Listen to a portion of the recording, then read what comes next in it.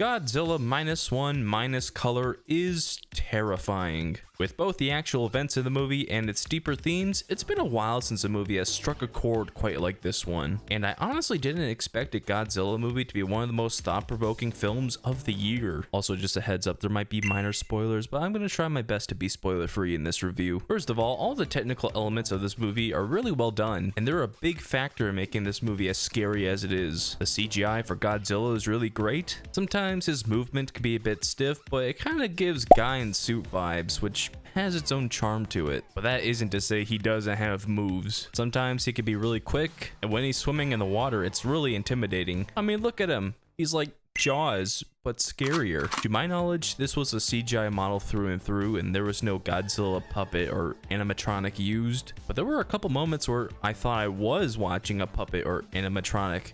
That's how detailed the CGI was. The effects are just as good in other areas too, like in the city destruction shots and all the water shots. It's even more impressive when you remember that this movie apparently had less than a $15 million budget. And just a reminder, Secret Invasion cost over $200 million and looks like this. Can't do it. I can't take this shit no more, man. That's just crazy. This movie earned its special effects Oscar nomination. Something that really caught me off guard was the sound design. I don't remember the last time I took note of a movie's sound effects, but this one had some terrifying sounds. And I know it sounds weird to say, oh, the sounds was scary, but they were. The different monster noises, the sounds of his footsteps. Hearing these noises coming out of the loud movie theater speakers was really frightening at times. And I mean, just listen to Godzilla's roar. This movie has some pretty good editing as well. During the attack scenes, -1 succeeds at building tension. I think the best example of this would be the attack on Ginza. We get to see some of the damage Godzilla has already done. We get to see the reactions of people who've already seen him. And then from the perspective of one of our main characters, we get the first full body reveal of Godzilla. This whole scene was intense. The sequence concludes with yet another buildup of tension. Godzilla's scoots begin to shift up, revealing the atomic energy. Then he shoots the atomic beam, causing a nuclear explosion. And it does the anime thing where the beam hits a target, waits a moment, and then explodes. I've never seen that in live action before, but it was pretty cool. And I was paralyzed watching the scene in the theater, which is a pretty rare thing to experience. I really enjoyed watching this movie in black and white. I missed out on seeing -1 when it originally came out in color, so the black and white version is my first viewing of the film. And while I can't compare the two different versions of the movie, I do think the minus color version offers some unique things that you can only experience in black and white. The beginning of the movie takes place at nighttime, and there's a big jump scare with Godzilla. The lighting of this scene makes some really deep shadows, and the black and white kind of obstructs Godzilla. You kind of view this attack from the point of view of the soldiers, and that's really spooky. This scene also gave us this shot, which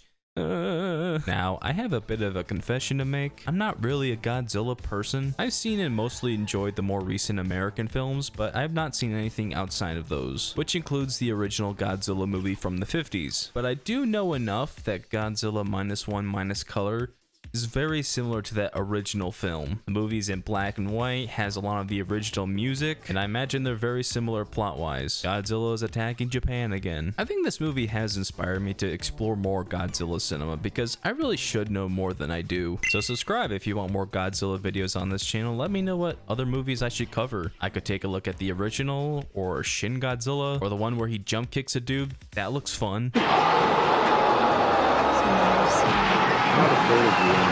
Something I haven't mentioned yet that really makes this movie great is the human characters. Our main character, Koichi, I hope I'm saying that right, is great. I don't want to give away too much, but he goes through a pretty well-written story of trying to make amends for his past mistakes and becoming less of a coward over the course of the movie. He's a pretty relatable character because we sort of feel everything that he feels throughout the movie. There would be a lot of times where Koichi would get scared and freeze up, and while I can imagine a lot of audience members being annoyed with this, it makes sense because he's face to face with this thing.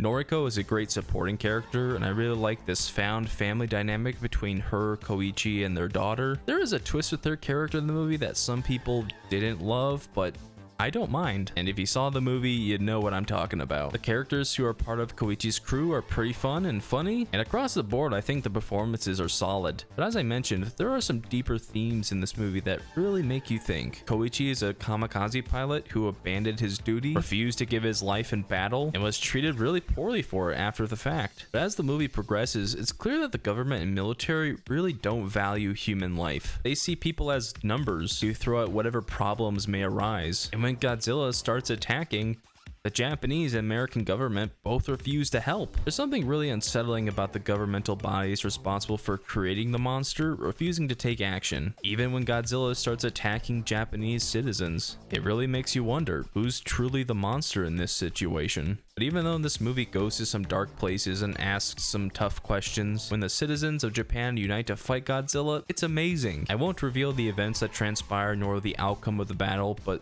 man, was it exciting. And although I didn't cheer because it was just me and a random couple in the movie theater, I certainly wanted to. The whole final fight is really well paced and has some great musical cues. It's a pretty inspirational story, and definitely the best human story I've seen in a Godzilla movie. So yeah, Godzilla -1 - Color is great, and I would highly recommend it. It's exciting, it's emotional, it's intriguing, but it's also the scariest movie of the past year. And maybe one day when it comes out on Blu-ray, I'll make a more in-depth video on it, because I really did enjoy this movie and I would like to talk about it more. But in the meantime, you can watch this video on another scary movie, The Legend of Boggy Creek.